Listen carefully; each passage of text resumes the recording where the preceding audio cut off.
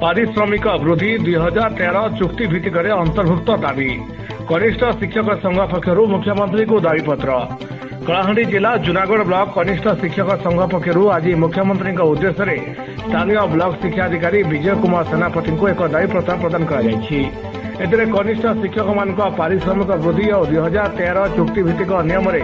अंतर्भुक्त करने मुख्यमंत्री को दाबी करपरि कनिष्ठ शिक्षक शिक्षयित्री माने तालीम प्राप्त होथिबारु सर्वनिम्न दरमा 16,000 करने सह गत 2016 लागू करने दाबी दाबीपत्र प्रदान समय संघर सभापति कालूचरण महाराणा उपसभापति बविस्मिता मिश्र आशुतोष नंद संपादक पीतवास पोहान जुग्म संपादक निर्मल खटुआ अनिल कुमार जेनाल उपदेष्टा सरोज कुमार पंडा ललित मोहन नेगी प्रमुख उपस्थित थे।